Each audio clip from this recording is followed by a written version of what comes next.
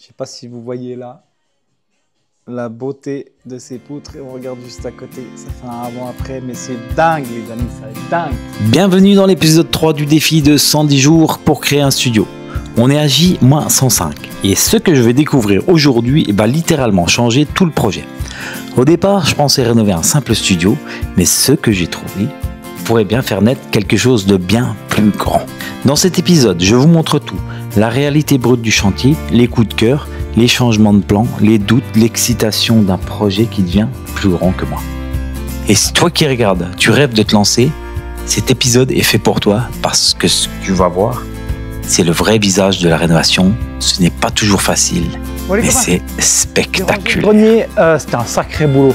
J'ai pas beaucoup filmé en fait hier et tout. Mais c'était un bazar sans pareil ici, vous ne pouvez pas vous imaginer. Mais avant la révélation, retour à la réalité du chantier, parce qu'avant de faire du beau, il faut faire du propre. Et oui, dans la vraie vie des travaux, il y a énormément de temps passé à nettoyer, trier, faire des allers-retours à la déchetterie. C'est pas ce qu'on voit dans les émissions de télé, hein. Mais c'est ce que je vous montre ici, la vraie vie, sans filtre. Ce grenier, c'était un cap à franchir. Tant qu'il était encombré, impossible d'avancer sur le studio en dessous. Alors j'ai vidé, ramassé, porté des sacs, descendu des sacs, aspiré, balayé, sué, bref, tout ça pour créer une base saine. Et vous allez comprendre par la suite pourquoi c'était complètement indispensable.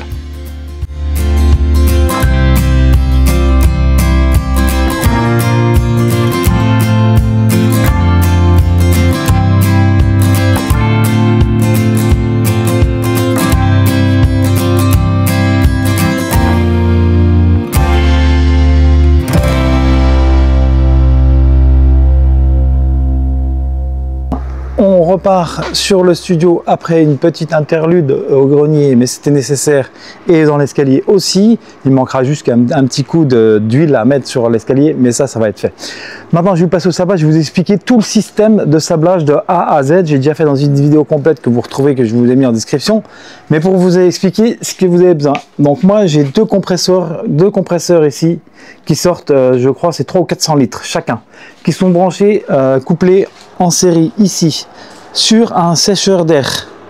Pour voilà, s'il y a de l'humidité dans l'air, ça revient, je peux vider là. J'ai un petit réservoir ici et là. Donc ça c'est branché. J'ai l'enrouleur et j'ai la chance d'avoir. En fait, j'aurais pu laisser tout le matériel à l'intérieur et ça va jusqu'au studio là-haut. Une fois le terrain dégagé, j'ai sorti l'aérogommeuse. Objectif, nettoyer les poutres. À ce moment-là, je suis persuadé que je vais ensuite poser un faux plafond. Rien d'extraordinaire, juste de la technique. Et puis porter les plaques à 3,80 m.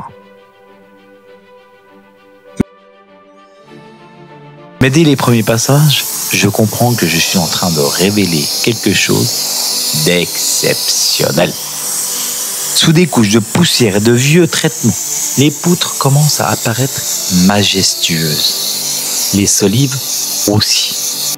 Un plafond à la française, d'origine peut-être du XVIIe siècle, je suis pas sûr. Mais un vrai trésor architectural oublié. Et là, honnêtement, je prends une claque. Je me dis, je ne peux pas le cacher ni le recouvrir. Ce plafond mérite de revivre, ce n'est plus juste une rénovation, c'est presque une restauration patrimoniale, les amis. Et à ce moment précis, mon projet bascule. Mais qui dit plafond à la française, dit contrainte. Pas d'isolation par le dessous, hauteur limitée au-dessus par rapport aux poutres porteuses, tout doit être repensé. Et c'est là que commence la partie la plus excitante. Mais aussi la partie la plus stressante. Je dois tout recalculer, comment je vais faire, le poids, les charges, les coûts, la faisabilité. Et pendant que je réfléchis, de toute manière, il faut que je continue à nettoyer parce que l'aérogomage, c'est spectaculaire, mais ça met du sable de partout, je vous promets, c'est infernal. Même dans des endroits où tu te demandes comment c'est possible. Bon bref, on passe à la suite.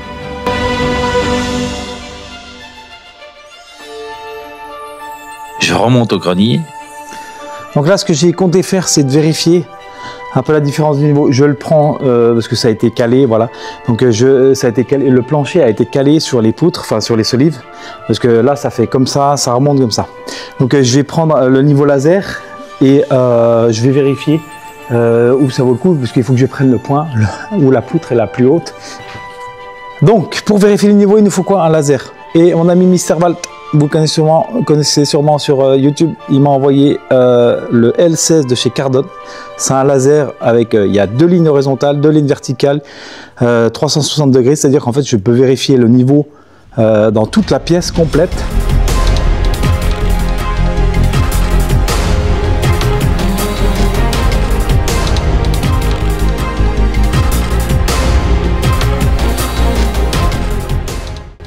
Je retire l'ancien plancher en aggloméré qui était complètement pourri par l'humidité, les crottes de pigeons, enfin bref, je vous en passe des vertes et des pas mûres. Opération assez rapide, mais encore une fois, redéchetterie. Dans ce projet-là, je crois que je vais finir par avoir une carte de fidélité à la déchetterie. À la déchetterie, aller à la déchetterie, évacuer les gravages, je vous avoue, c'est pas la partie la plus amusante, mais il faut le faire. Mais c'est en retirant les solives, en voyant l'espace vide, en remarquant la structure porteuse que l'idée me frappe. Et si je créais un étage? Et si ce studio devenait un duplex?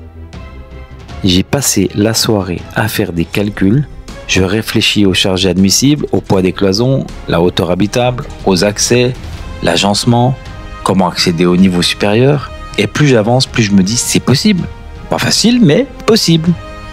Les amis, après réflexion, parce que j'ai terminé en fait de nettoyer toutes les solives, les remettre en place, recaler tout ça. Il manque 2-3 solives à changer comme on voit ici. Et là on voit qu'il y en a beaucoup qui sont beaucoup trop courtes. Et comme maintenant je me suis décidé de laisser ouvert là, je vais pouvoir remplacer avec quelques solives que j'ai là-bas qui sont en bien meilleur état que ceux-là et qui sont plus longues. Donc ça sera bien calé, bien propre, que je puisse faire un plancher propre et correct. Par contre, mon idée maintenant, c'est de faire un plancher là-dessus, de retenir l'idée de la salle de bain ici, et de faire un escalier qui va monter ici, avec un plateau ici, et qui va remonter ici pour faire 2 chambres séparées, ce qui donnera un espace complètement ouvert en bas. Donc ça, c'est la nouvelle idée que j'ai pondue pendant cette nuit, et je pense que ça peut être vraiment super. Beaucoup plus spacieux et de permettre d'avoir juste un petit passage ici avec une rambarde. Je vais essayer de visualiser tout ça, mais voilà, je ne suis pas encore arrivé aussi loin. J'ai fait les calculs pour le bois qui est nécessaire pour faire tout ça, donc il va falloir faire aussi le plafond ici au-dessus des poutres. Il y a pas mal de taf. Là pour l'instant je vais m'occuper de virer tout ça à la déchetterie, et surtout ça me fait vibrer comme un gamin.